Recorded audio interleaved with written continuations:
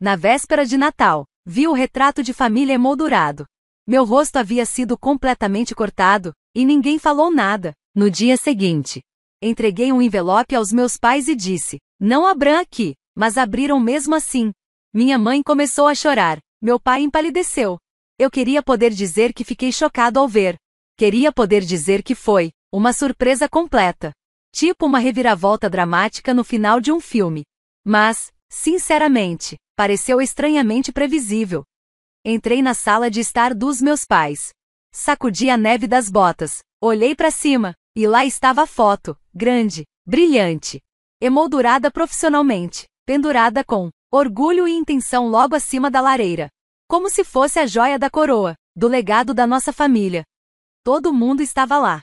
Minha mãe com seu blazer vermelho favorito, sorrindo como se não tivesse passado décadas suspirando por tudo que não envolvesse minha irmã. Meu pai com aquele sorriso estranho, que só aparece em fotos ou selfies no campo de golfe. E minha irmã, claro, na frente e no centro, com uma blusa de gola alta bege, que provavelmente custa mais do que meu aluguel, fazendo aquela pose falsa e espontânea, em que parece que ela está rindo de algo encantador e inofensivo, talvez uma piadinha sobre o fundo fiduciário dela. E eu não estava. Nem mesmo empurrado para a beirada. Nem sequer desfocado no fundo. Simplesmente, apagado. Não era um corte mal feito. Era limpo, intencional. Arrumado como se eu tivesse sido removido da vida deles da forma mais delicada possível. Sem borrões, sem pontas soltas. Apenas, excluído. Fiquei olhando por uns 4 segundos. 5 no máximo. Tempo suficiente pro estômago revirar. Mas não o bastante para alguém notar, ou talvez tenham notado e só não ligaram. "O jantar tá quase pronto", gritou minha mãe da cozinha, como se fossemos uma grande família feliz. Dava para sentir o cheiro do alecrim e do limão, do que quer que ela estivesse assando. Cheiros de Natal, cheiros de conforto, cheiros que eu costumava amar, quando ainda significavam alguma coisa. Pendurei o casaco, murmurei um oi rápido, e entrei na cozinha. Minha irmã estava lá, claro que estava, girando vinho na taça, como se estivesse apresentando um quadro especial, sobre harmonizações sazonais. Ela me deu um beijo na bochecha, daquele tipo beijo no ar que ela faz agora, perto o suficiente para contar como gesto. Longe o suficiente para não encostar. "Você conseguiu vir", ela disse, como se essa fosse a casa dela, e eu estivesse atrasado para algum evento.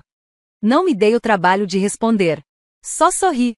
Aquele tipo de sorriso que você dá, quando já gritou no travesseiro 3 vezes só naquele mês, e decidiu que não vale a pena gastar voz. O jantar foi a performance de sempre. Meu pai cortando o assado como se tivesse fazendo teste para comercial da Almark. Minha mãe elogiando a rotina de skincare da minha irmã, 2 vezes. Ninguém perguntou como eu estava. Ninguém quis saber o que eu andava fazendo. Ou onde eu estava morando. A única pergunta que me fizeram foi se eu ainda dirigia aquele carrinho, que é o código da família para "Não temos ideia do que se passa na sua vida, mas esperamos que você conte algo para fingirmos que nos importamos." Eu não contei. Em vez disso, fiquei observando minha irmã desembrulhar um mimo da mamãe e do papai, um relógio vintage de ouro. "Não é nada demais", minha mãe disse. O que é hilário, porque o recibo ainda estava dobrado debaixo do papel de seda, e eu vi o valor. Vamos só dizer que eu teria que trabalhar 1 semana e meia, e isso pulando as compras. Meu Deus, gente! Minha irmã sorriu. "É simplesmente, uau, sabia que você ia gostar", disse meu pai, sorrindo como quem acabou de fechar uma fusão.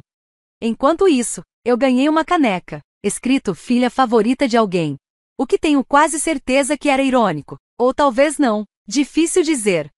Pedi licença depois da sobremesa. Disse que estava cansada. Mamãe ofereceu o quarto de hóspedes. Não o meu quarto. Não o seu antigo quarto. Só o quarto de hóspedes. Lençóis bege. Estante empoeirada. Uma luminária que piscava, se você respirasse muito perto dela. Fechei a porta atrás de mim. Acendi a luz trêmula. Sentei na beirada da cama. Foi quando tirei o envelope. Estava na minha bolsa o tempo todo. Papel marfim grosso. Selo em relevo. Pensei em dar de manhã, depois das meias, depois dos rolinhos de canela. depois da encenação. Mas ali, parada naquela sala, olhando aquela foto, vendo minha existência inteira, retocada como se fosse uma falha no algoritmo da família. Sim, mudei de ideia. Me esqueceram, me apagaram com cuidado, com estratégia, como se eu tivesse sido uma péssima parceria de marca. Virei o envelope nas mãos, ele parecia pesado. Naquela noite, me deitei na cama e deixei a casa se ajustar ao meu redor. Mesmas tábuas do assoalho rangendo. Mesmo relógio de parede tic-taqueando em algum lugar no corredor. Meu pai roncava. A voz da minha mãe surgiu uma vez, falando algo sobre usar os pratos bons no dia seguinte. Minha irmã riu daquele jeito ensaiado e ofegante, a trilha sonora do Filho de Ouro. Fechei os olhos e pensei nos anos em que entrei na faculdade dos meus sonhos, e eles disseram, estamos tão orgulhosos. Antes de, imediatamente, perguntarem se eu poderia adiar um ano para ajudar em minha irmã com o portfólio dela. Na vez em que perdi o aluguel e liguei para casa, meu pai disse, as coisas estão apertadas agora. Enquanto planejava um cruzeiro pro aniversário dela. Quando levei um namorado para conhecer a família, e eles esqueceram o nome dele no jantar. Ele nunca mais voltou. Eu não o culpei. Eu estava cansada de dizer para mim mesma que era só sensibilidade. Cansada de fingir que entendi errado. Naquela noite, deitada numa cama que deveria ser familiar, mas não era, decidi parar de inventar desculpas. Amanhã, eu daria o envelope. Não gritaria. Não choraria. Nem levantaria a voz. Só sorriria, diria Feliz Natal. E deixaria a verdade fazer o que anos de silêncio nunca conseguiram. Acordei com cheiro de café, rolinhos de canela, e a voz abafada da minha irmã dizendo algo sobre limites de peso de bagagem e como viajar é estressante. A ironia, claro, é que ela não pagava pela viagem, nem pela bagagem, nem pela mala, nem pelos sapatos dentro da mala, que custavam mais que meu aluguel mensal. Mas tudo bem. Coisas devastadoras vêm junto com orações, não é? Não é maravilhoso ter todo mundo junto? Como se todo mundo me incluísse. Como se eu não tivesse passado a última década, sendo o equivalente humano a um figurante desfocado, nas memórias da família. Quando finalmente entrei na cozinha, minha mãe estava servindo ovos mexidos, como se estivesse fazendo teste para uma revista de brunch. Meu pai sentado à mesa, rolando o feed do celular.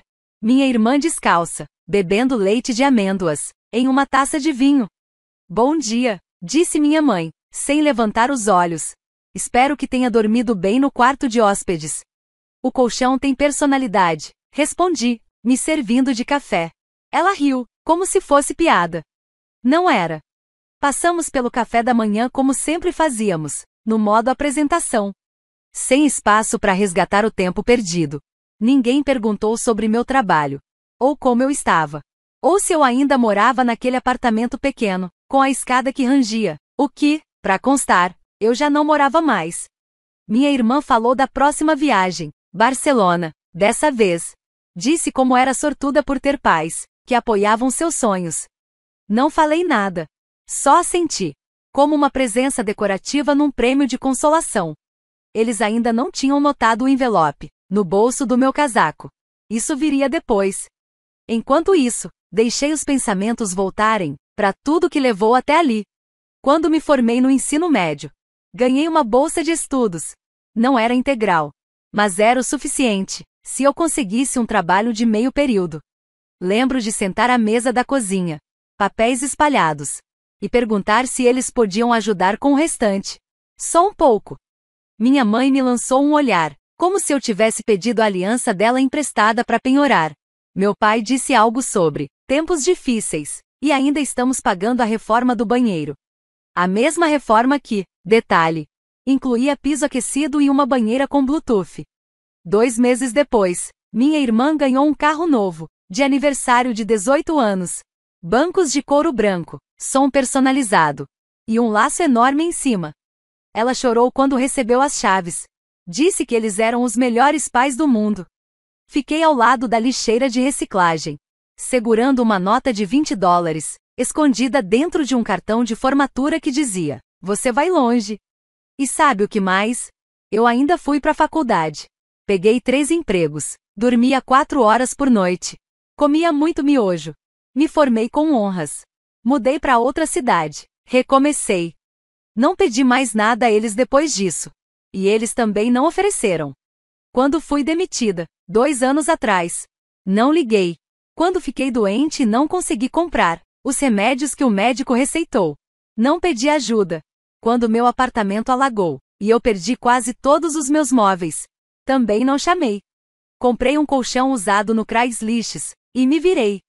Enquanto isso, minha irmã postava stories em Santorini. Viagem patrocinada, óbvio. Por um tempo, eu me perguntei se o problema era comigo. Se talvez eu fosse simplesmente mais difícil de amar, mais reservada, menos brilhante. Talvez eu devesse ter entrado para uma república. Sorrido mais. Sido mais leve. Mais bege. Talvez se eu tivesse aprendido piano, em vez de trabalhar em restaurante, eles teriam me notado. Talvez se eu não tivesse facilitado tudo. Sempre tão independente. Sempre bem. Talvez então tivessem percebido que eu também precisava de ajuda. Mas aí eu lembrei do meu aniversário de 8 anos. Convidei 6 crianças. Planejei tudo, até os cupcakes. Minha mãe esqueceu de buscar a pizza. Comemos fatias de queijo em biscoito de água e sal. Minha irmã tinha um recital no dia seguinte. Então a festa acabou mais cedo.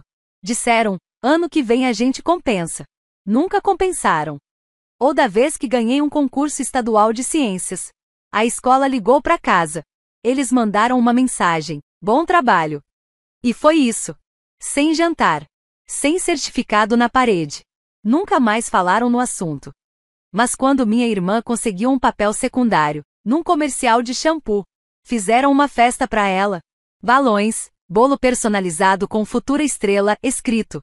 Então não. O problema nunca fui eu. Este ano, o momento chegou mais cedo. E eu nem estava procurando por isso. Tinha ido a um cartório local, para pedir um comprovante de endereço, para uma vaga de emprego. Burocracia. Mas enquanto estava lá, algo chamou minha atenção, um documento com meu nome, e um endereço que eu não reconhecia. Pensei que fosse erro. Talvez outra pessoa com o mesmo nome. Mas a curiosidade, como sempre, fez o que sabe fazer. Explodiu. Comecei a investigar. Solicitações, buscas, alguns e-mails escritos com cuidado.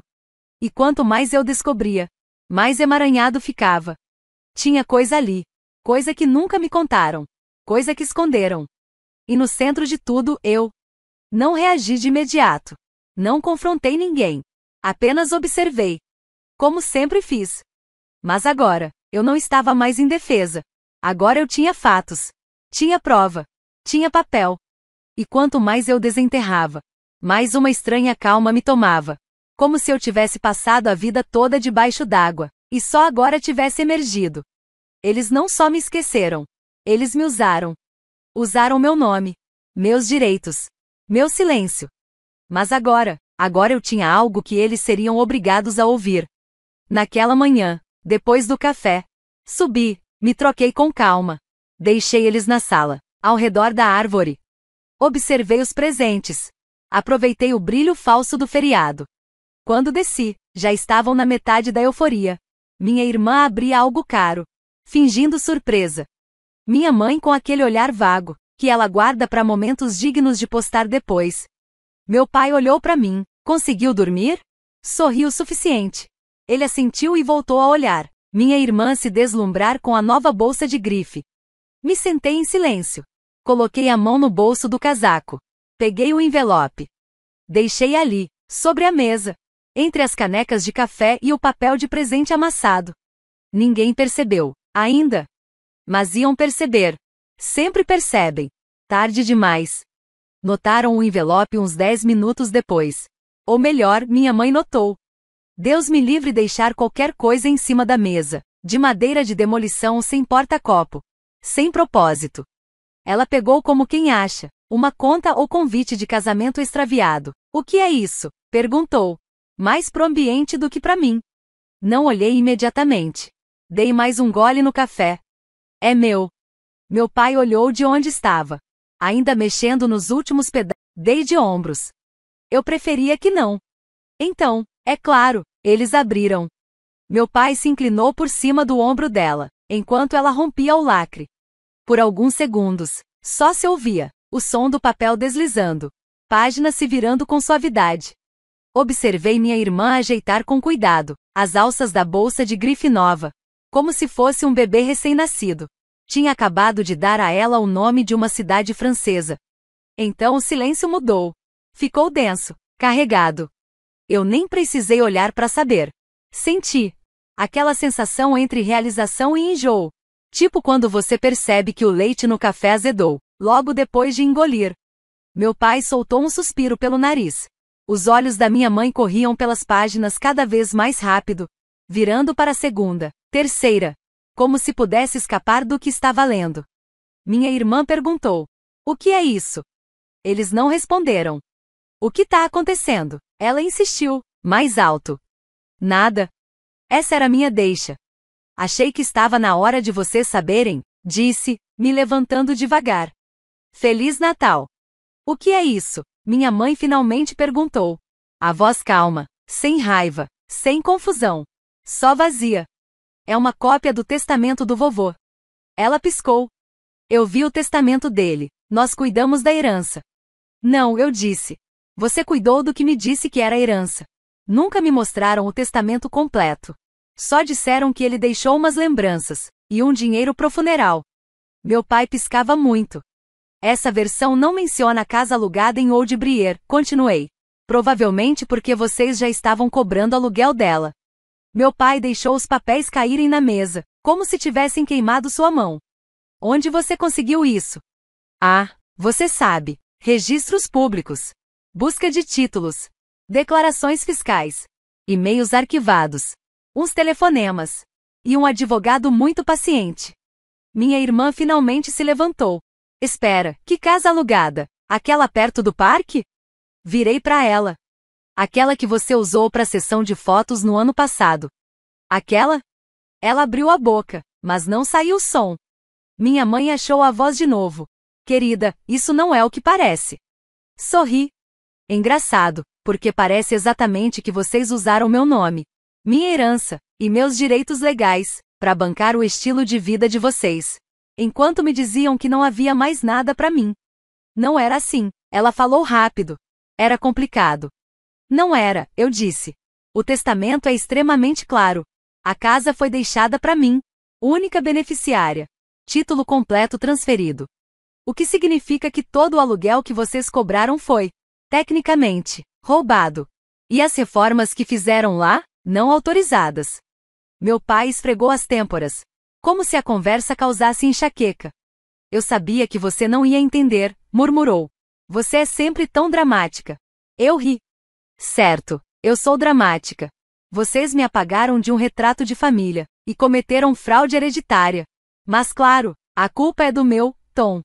Minha irmã parecia genuinamente confusa, como se alguém tivesse puxado o tapete e ela ainda estivesse no ar, sem perceber que vai cair.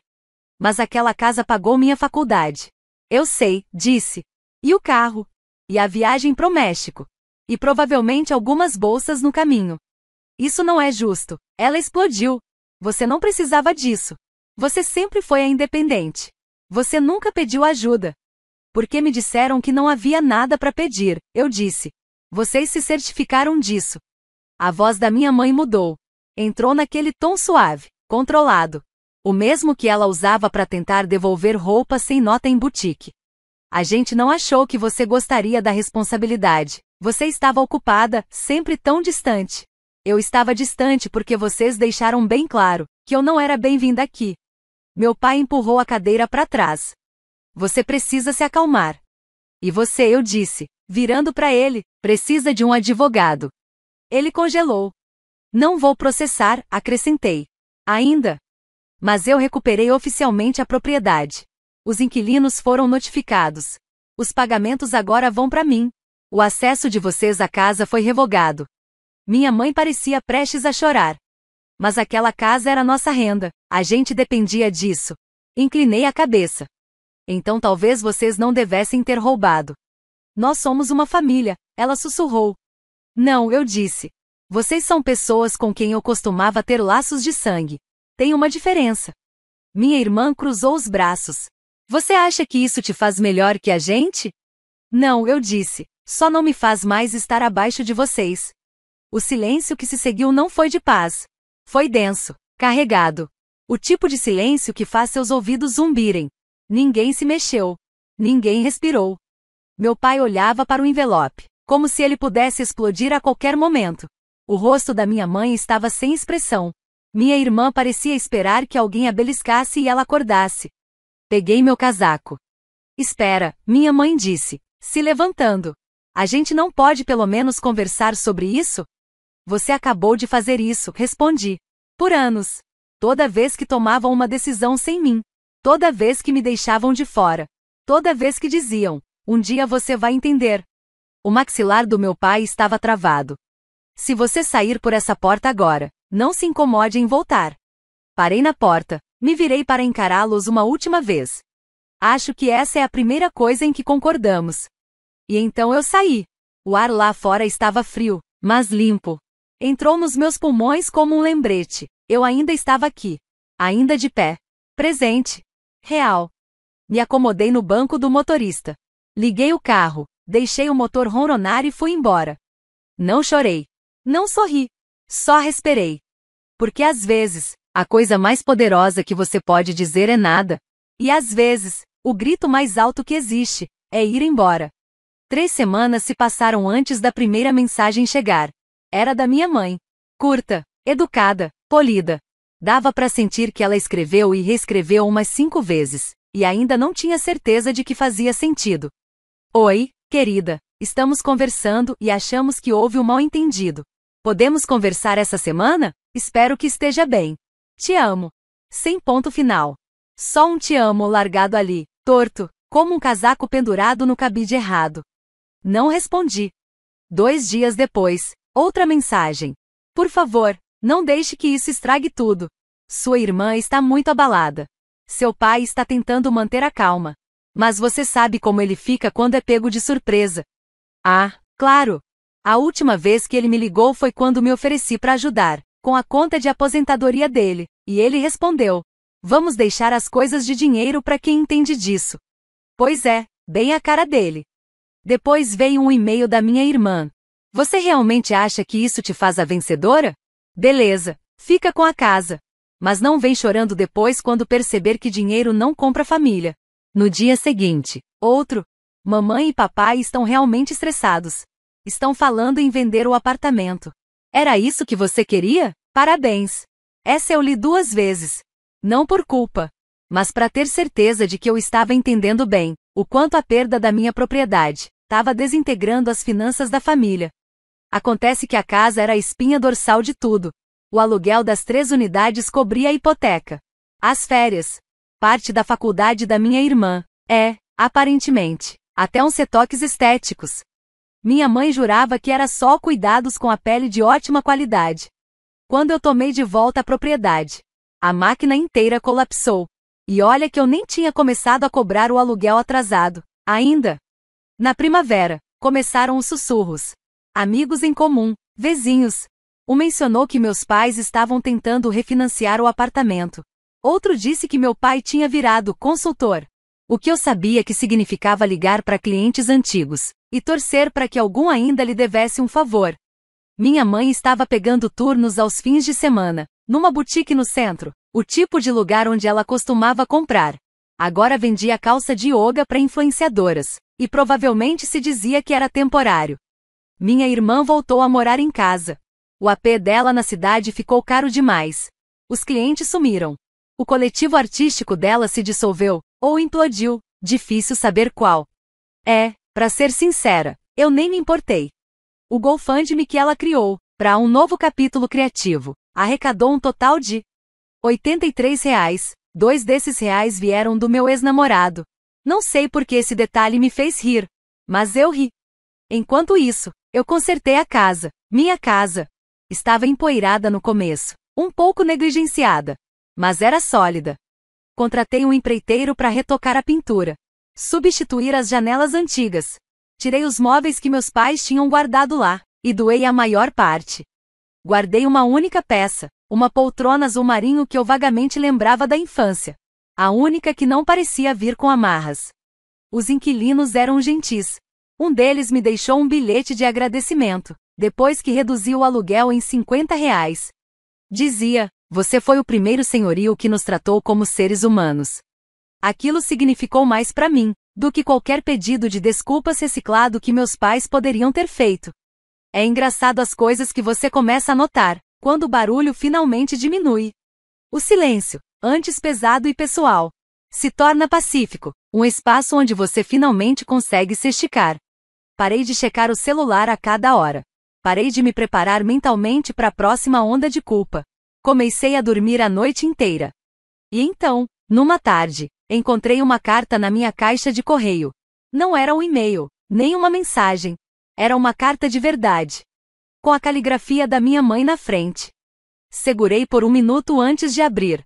Não porque achava que seria sincera, mas porque queria registrar o momento. O envelope tinha o cheiro do perfume dela. Dentro, 2 páginas cuidadosamente escritas. Cheias de "a gente não sabia." Não foi de propósito. Só queríamos o melhor para todo mundo.